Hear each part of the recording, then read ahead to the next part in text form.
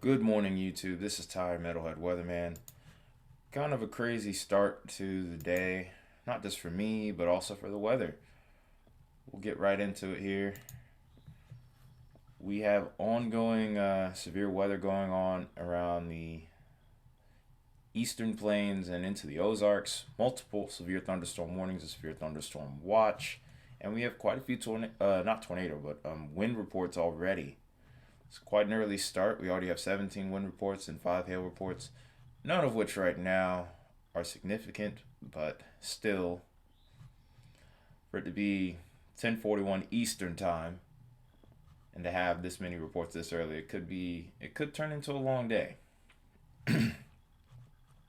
So let's take a look at today's enhanced risk. We already discussed. We'll take a brief look at the areas, see if there's any sort of changes, and then we have now been upgraded to an enhanced risk on Monday. I'm not very surprised by that, but now if you look here as well, we still have additional days of severe weather ahead. We have a slight risk on Tuesday now, a slight risk on Thursday, and a very big slight risk on Friday as well. So we'll be taking a look at that. I do think that there will be an additional risk that'll be added for next Saturday, but we'll cross that bridge when we get there. Anyway, let's get right into it. Not too much has changed with the day one outlook from what I can see here. Maybe a little bit further to the east, includes Tulsa, includes Springfield, Missouri. We're staying north of Little Rock, just south of Jefferson City.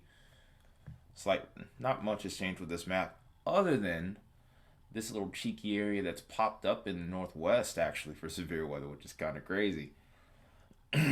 Anywhere from boot or butt, I don't know which one to call it. Please stay mature. Don't say anything in the comment section you've never commented before, so don't start now if you're gonna keep that same energy. But just south of Spokane, into Missoula, and just north of Boise, there is a marginal risk for severe weather. The main area of focus is towards the town of Pendleton in Oregon. That's going to be the main point of interest. Now let's look at the tornado threat. Minimal on both ends. Wind threats notably higher around Springfield and Tulsa. In fact, there's now a hatched risk, which means there's a chance of winds being greater than 65 knots or 70 miles an hour. And then we go to hail threat, and the hail threat's highest around the northwest. Always tends to be a little bit higher around this region versus these areas, but there's also a hatched risk for hail, especially towards the western end of that enhanced risk, which includes Tulsa. And it's even pushing a little bit further back east than that. So that's going to be very interesting to watch today. We'll look at day two. And day two, I remember talking about this yesterday that I thought the low level jet was a little bit more present on this one, and I think that as a result, the tornado threat will be higher. Lo and behold, already we have a 30% wind threat. Not a hatched risk yet, but it wouldn't surprise me if one pops up by the end of the day. Hail threats, of course, 15%. But look here. Look at that. There's our 5% tornado threat. Not surprising I was kind of expecting this, and lo and behold, here we are. So areas like Richmond, Washington D.C., Baltimore, Philadelphia, Scranton, Pennsylvania, Binghamton, Albany, and just south of Watertown. You guys are under a 5%. You guys have a 5% chance of seeing a tornado within 25 miles of a given point. All the other areas in the green, you have a 2% chance, and it stretches just as far, almost as far south as Charlotte, just about to the north and west, or east, I should say. Excuse me. Take a quick look at day three. We go back to the severe weather threat being in the central and northern plains, mostly for Kansas, Nebraska. A little bit of action for Iowa and Missouri once more. Excuse me. This time we have Norfolk, Omaha, and Lincoln in that slight risk, And we have McCook, and just outside of that slight risk is Colby. Kansas City are also in play. Then any areas in the dark green, you are expecting a marginal risk of severe weather. In the lighter green, you're just expecting regular thunderstorms. Since we're not within the 48-hour mark, we don't have an idea of what the hazard type could be, but we'll take a quick look at that as well in today's video. I'll show you these next couple of days that I was talking about earlier. This is our day 6 threat. Day 6 is on Friday. It's a very big area. This kind of lends it's based off the look alone. It looks pretty linear, so I'm thinking damaging wind threat. Could be a QLCS. Time will only tell. But from the looks of it, I'm gonna have to watch this area real close. That's one thing that's for certain. And it's coming it's kind of heading to the south and east a bit, so kind of leads me wondering as to how long this will last for. It could be a Bow Echo Derecho type event. Maybe one of the first real big ones this year. I'll go in the next video I do. I'll like go into detail on what a Bow Echo is. But this is our Saturday threat. So far, there is no Sunday threat at the moment for next week, but we'll have to keep an eye on that. Let's take a look at the HRRR. We're going to go over today's threat, tomorrow's threat, and see how far we can look into Tuesday. So this is the 12Z HRRR. So we actually can actually get a look at what the radar could look like, as well as a low-level jet for an extended period versus the 18 hours we would normally get on any other time, or any of the non-6-hour multiple times. So we'll move this forward. We'll start here once this thing decides to load. Here we go. So right now we have that this MCS right here that's going through Missouri and Arkansas. Into the late evening and overnight hours, this picks back up, and this also has a very linear look to it. I'm thinking towards the overnight hours, or at least in my time in the overnight hours, that's when our storms to the northwest will fire. I think the threat's still going to be pretty small. I think you'll get a couple of isolated sales. Get a couple of isolated supercells with some hail. Tornado threat isn't zero, so we'll still have to be careful with that. And into the overnight hours, we will be watching a bank of rain going through the Ohio Valley. And this bank of rain will eventually mature into our next line of storms as it pops up right on the backside of this low pressure system, just ahead of the front. Into the evening hours, that's when areas like New York City, Philadelphia, you guys will be in play here. Mainly just a line of straight line damaging winds, but this does have somewhat of a QLCS look to it. Might result in a couple of tornadoes, and this will move out by early Tuesday morning, and then we will have to be watching the Midwest for new storms later into Tuesday afternoon. Let's take a look at the low-level jet. I don't really know how much has changed at the moment, but it'll be interesting to see what made them go all the way up to enhanced now. But I think honestly, even with what I saw last night, it's pretty reasonable. Hate to say that, but it seems pretty reasonable today. So let's take a look at this right here. Low-level jet isn't very impressive in either section today.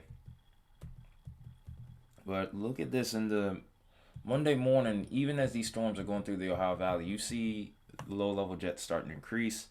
And then just out ahead of these storms, it really starts to pick up. We get towards that 40, 45 knot mark, which is usually what you would when you would start looking for any sort of real tornado genesis.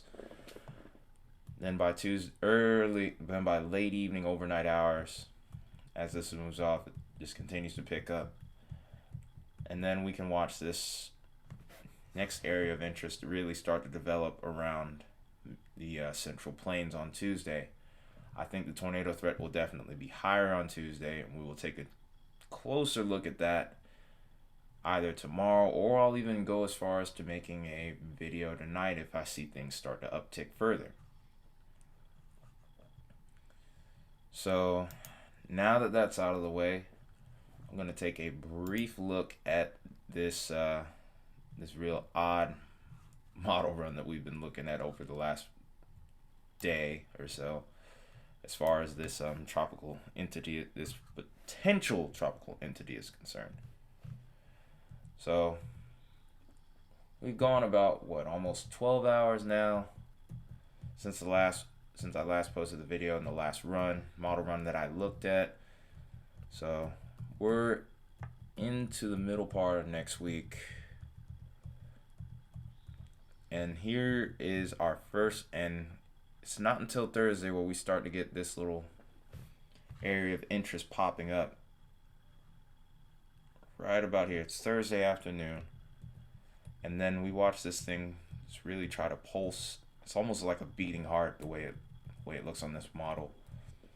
So it goes around, it's hanging around the Panama Canal and it's leaving that area, heading, kind of flirting with the Yucatan. And then she just starts to pop up out of nowhere. She hangs around the eastern part of the Yucatan. If this forms up and goes on this track, a real big question will be, does it have any interaction with land? Because as we all know, any sort of land interaction with a hurricane tends to weaken it. And it's just kind of hanging on the edge of it too. So it's going to be really interesting to see how this unfolds in the coming days.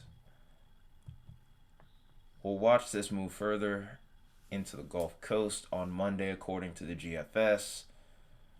Oh, come on now. Uh-oh. We might have frozen here. Oh, man.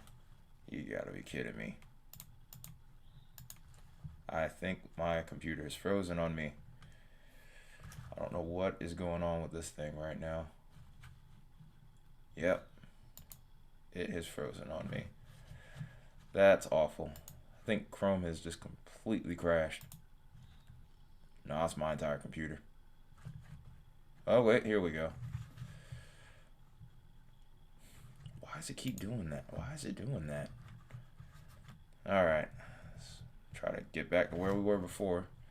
Like I said, this YouTube channel, we don't have the most state-of-the-art equipment by any stretch of the imagination, so this kind of thing can happen. So come Tuesday afternoon, the 24th, that's when this thing really starts to look like it would get its act together.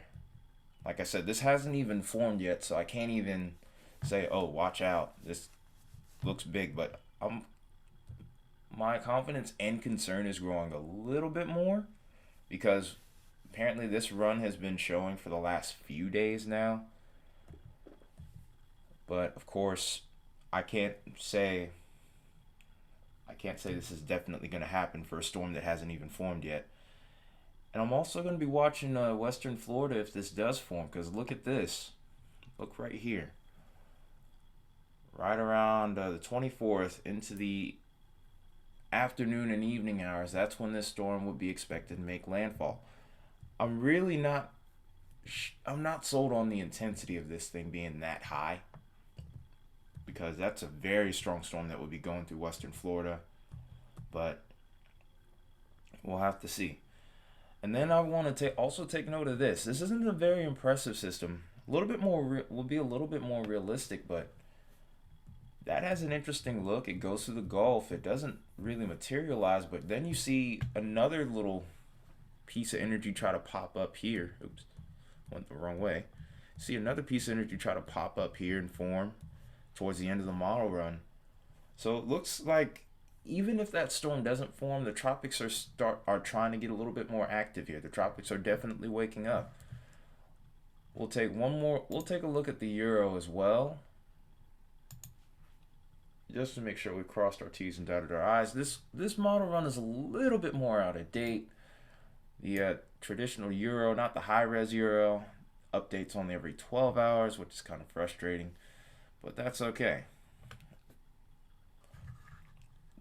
I mean, we need to have this little disparity between models, and we need to know what each model is showing. So we're looking at 96 hours out. Nothing going on here yet, but actually the Euro has kind of dropped that model run that the GFS has been looking at. These two had been kind of showing the same thing, and now this isn't really showing us anything. It's a good sign. It's a very encouraging sign, but we'll have to be really watchful of this because this can easily change. And then keep in mind, this is also a almost completely out of date model run. They'll be uploading a new one here in the next 3 hours or so. But this is all I got for this video right now. Like I said, if things really start to uptick on the severe weather threat later today, or for Monday or Tuesday, then I will post another video tonight. I may still do it anyway, just to kind of go into detail. Probably do a longer range forecast for that. But that's it for you guys. It's been Ty, your Metalhead Weatherman. I will see you guys either later tonight or tomorrow.